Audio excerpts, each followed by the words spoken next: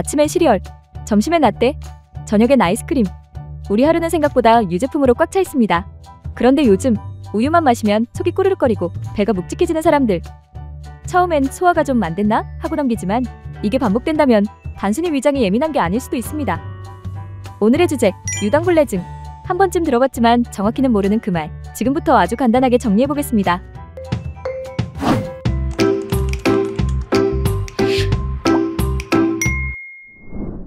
유당불내증.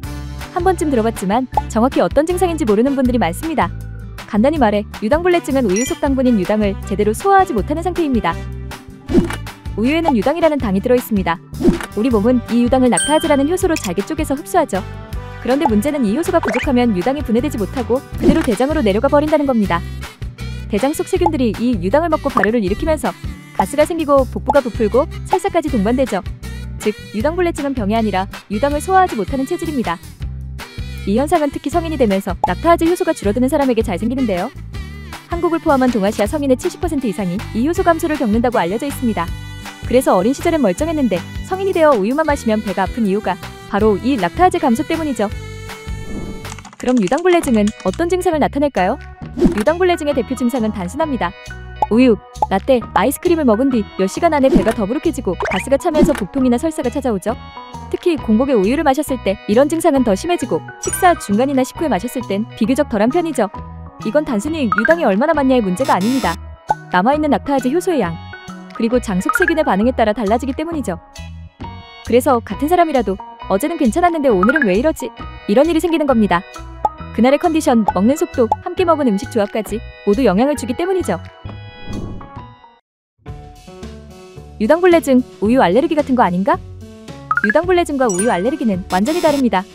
유당불내증은 효소가 부족한 상태, 즉 소화 과정의 문제이고, 우유 알레르기는 면역 시스템이 과하게 반응하는 상태입니다. 유당불내증은 배가 불편한 정도지만 알레르기는 피부가 붓거나 심하면 호흡곤란이 올 수도 있죠. 배가 불편하면 유당불내증, 피부나 호흡까지 반응하면 알레르기 가능성.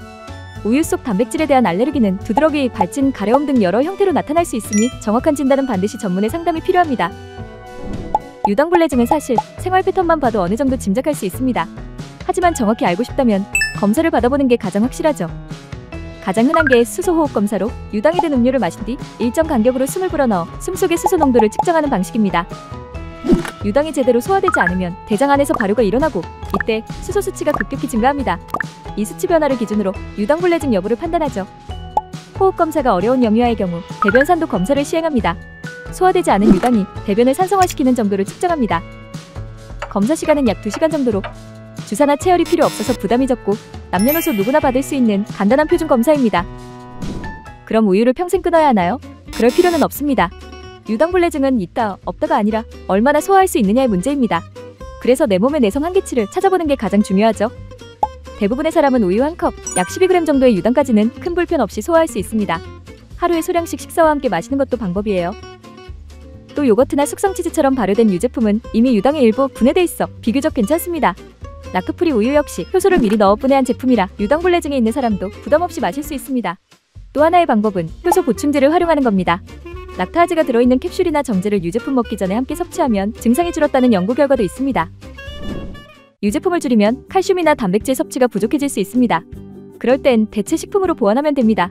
두부, 멸치, 아몬드, 참깨. 칼슘이 풍부한 대표 식품들이죠. 칼슘이 강화된 두유나 시금치, 브로콜리 같은 녹색 채소에도 소량의 칼슘이 들어있습니다. 그리고 제품을 고를 땐 포장지 뒷면의 원재료명 표시를 꼭 확인하세요. 식품의약품안전처는 이 표기를 의무화하고 있습니다.